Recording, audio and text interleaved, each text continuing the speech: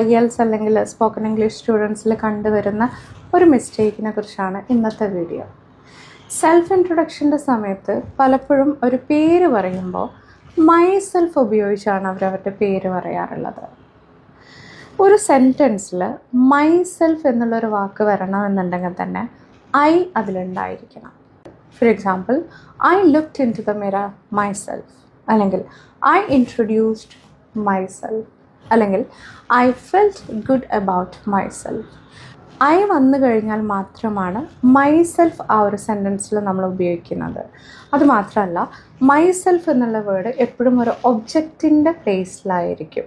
ഒരു ഒബ്ജക്റ്റ് എന്ന് പറഞ്ഞു കഴിഞ്ഞാൽ ആ ഒരു സെൻറ്റൻസിൻ്റെ അവസാനമാണ് ഒബ്ജക്റ്റ് ഉണ്ടായിരിക്കുക.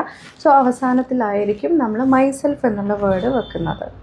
നമ്മുടെ പേര് ഇൻട്രൊഡ്യൂസ് ചെയ്യാൻ രണ്ട് കറക്റ്റ് വേസ് ഐ ആം എന്നോ അല്ലെങ്കിൽ മൈ നെയിം ഈസ് എന്നോ നിങ്ങൾക്ക് പറയാം.